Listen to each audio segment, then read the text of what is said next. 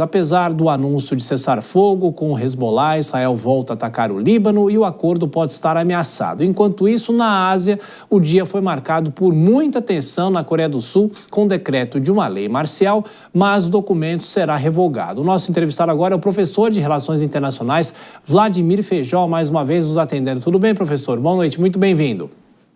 Ei, Tiago, boa noite. É uma satisfação estar aqui de novo. Obrigado, nós que agradecemos. Quero começar perguntando sobre a Coreia do Sul. Foi algo para muitos, surpreendente o que aconteceu hoje e como que devemos fazer a leitura sobre os fatos dessa terça-feira. O presidente tentou, de uma certa maneira, dar algum tipo de golpe, cercear a liberdade, cercear o próprio trabalho do parlamento, ou foi uma reação que ele teve de alguma situação que ele está vivendo internamente no país?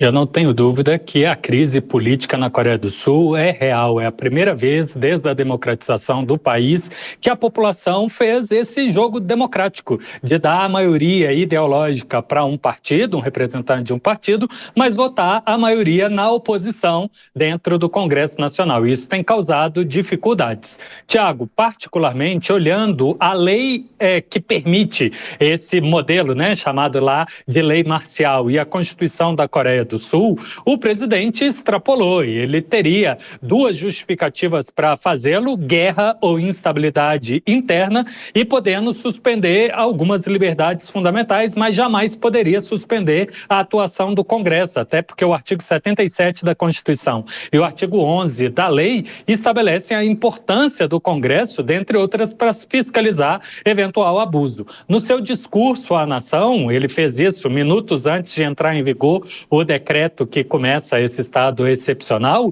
Ele justifica a necessidade desse decreto porque o Congresso estaria dificultando o funcionamento da democracia do país. Ele cita 22 pedidos de impeachment contra ele, funcionários do governo, cita também interferência em cargos de procuradores nomeados por ele, e ainda apela pelo argumento que estariam esses congressistas da oposição a serviço da Coreia do Norte, que é de fato a situação muito tensa com o país vizinho. Mas de momento nenhum você teve manifestações na rua em volume suficiente para gerar instabilidade. A polícia estava dando conta de administrar e acompanhar isso. Não teve quebra-quebra nem nada. Portanto, a gente pode sim fazer essa leitura de tentativa de golpe de Estado, fechando o Congresso Nacional, estabelecendo censura caso tivesse efetivamente entrado em vigor. Lembro que a polícia das Forças Armadas fechou o Congresso para tentar impedir que eles reunissem, mas 190 congressistas conseguiram entrar e com isso teve quórum suficiente para ter uma sessão e inclusive por unanimidade desses 190 o quórum também para derrubar o decreto. E portanto ele recuou, não só por essa medida do Legislativo, mas também pessoas foram à rua em um volume significativo, até 2, 3 horas da manhã, tinha um volume grande de pessoas manifestando contra o decreto. Pois é, professor, agora 12 horas à frente do horário de Brasília, nesse momento há uma manifestação, inclusive são imagens ao vivo que a gente acompanha. E antes de passar para os nossos comentaristas, eu queria só perguntar o seguinte para o senhor. Ele obviamente vai revogar essa lei marcial. Ou seja, ele não teve o apoio que ele esperava. Isso é óbvio, não é, professor? Não, nem das ruas, nem das Forças Armadas. Portanto, ficou fragilizado, apesar de ter apelado por esses argumentos da greve dos funcionários de saúde, do médico que tem lá os seus objetivos, apelou para o caso da Coreia do Norte, mas ainda assim a população considera extremamente exagerado o decreto. Professor, vou chamar os nossos comentaristas. Próxima pergunta de Dora Kramer. Temos também o Nelson Kobayashi. Você, Dora. Boa noite, professor. Apesar do recuo, claro que uma coisa dessa possivelmente deixa sequelas, O senhor acha que pode haver um pedido, um impeachment efetivo, uma renúncia? Quais são as sequelas institucionais que ficam de imediato na Coreia do Sul? Agora, retomando a atividade do parlamento e com a possibilidade, inclusive, dos parlamentares da situação estarem presentes, a gente vai se medir ou ser capaz de medir o apoio que ele vai continuar tendo no Congresso. Se a liderança do próprio partido pedir não só que ele revogue o decreto, mas também a renúncia dele, claramente a gente estaria diante de uma situação de que a população seria convocada para resolver esse embate entre as diferentes facções ideológicas estratégicas mediante convocação antecipada. Isso tudo de forma extraordinária. Do lado da oposição, eu acho que eles ganharam munição para um novo pedido de impeachment diante um decreto claramente abusivo, pelo menos nesses dois aspectos, de proibir o funcionamento do Congresso, qualquer atividade política, bem como também estabelecer lei marcial, ou seja, que as Forças Armadas assumiriam o controle do judiciário, sendo que o argumento era que o legislativo estava interferindo no judiciário e agora o executivo teria tomado essa medida. E uma outra informação sobre esse protesto que a gente acompanhou agora há pouco, é um protesto convocado por uma espécie de central sindical, né? São sindicalistas ligados à área industrial e eles convocaram uma greve, ou seja, é possível que nos próximos dias tenhamos uma temperatura ainda mais ampla, mais social, em relação ao que está acontecendo na Coreia do Sul, um protesto contra essa bagunça, vamos dizer assim, política que o país começa a viver a partir de agora. Nelson Kobayashi faz a próxima pergunta. Kobayashi. Professor, boa noite, um prazer falar contigo. O senhor já disse aí da projeção para os próximos dias internamente, mas eu gostaria de saber uma análise dos impactos disso nas relações internacionais da Coreia do Sul.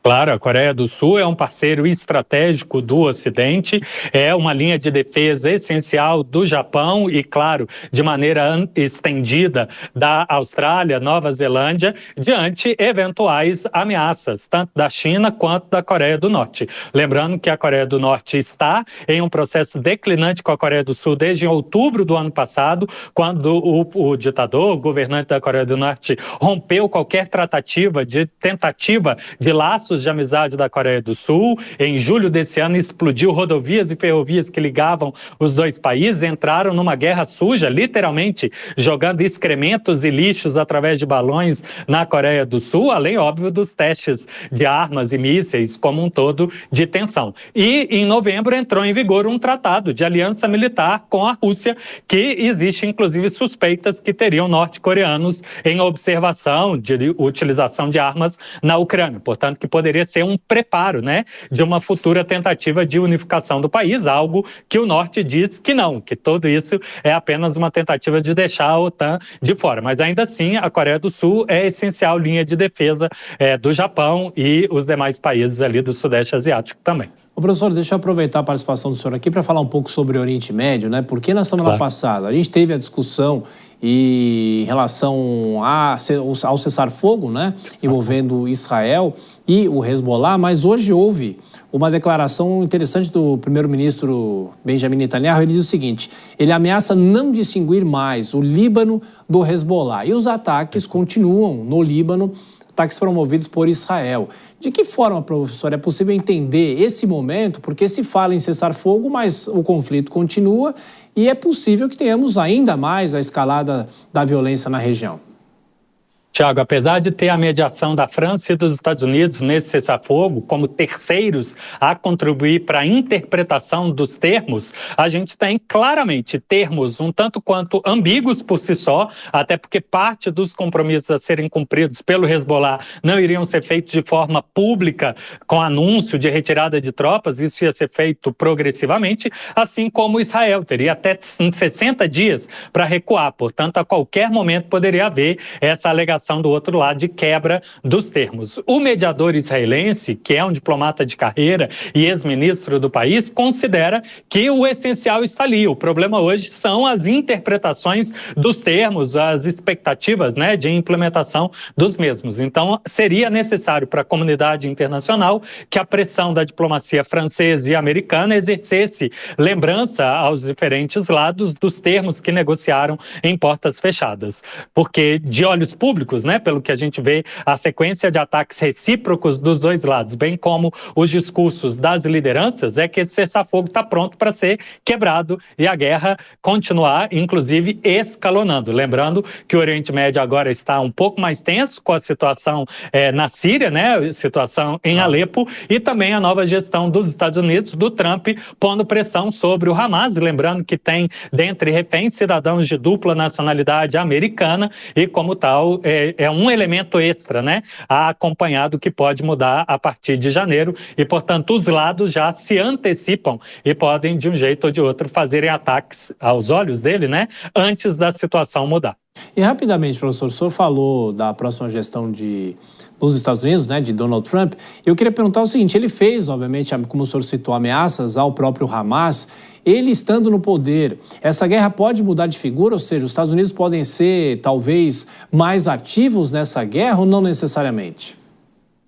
Eu acredito que não vai mudar a questão do apoio financeiro, o apoio informacional, né, dos civis de inteligência, bem como a venda de armas. Porém, o governo de Israel sai mais fortalecido, porque a gestão Biden, pelo menos, usa o discurso de tentativa de mediar a modalidade de 2 estados, enquanto Trump, enquanto líder nas campanhas, já falava de permitir que Israel anexasse a Cisjordânia, portanto, abdicando qualquer possibilidade de ser criado um Estado palestino. Então, sobre esse aspecto, o governo de Netanyahu acaba que espera, num governo Trump, ter um serviço mais facilitado do que do governo Biden, que teve que ficar um pouco em cima do muro, pelo menos no discurso. Professor de Relações Internacionais, Vladimir Feijó, como sempre, professor, obrigado pela gentileza mais uma vez. Até a próxima, bom descanso. Sempre muito bom. Abraço, Thiago. Bom trabalho. Obrigado, bom trabalho também.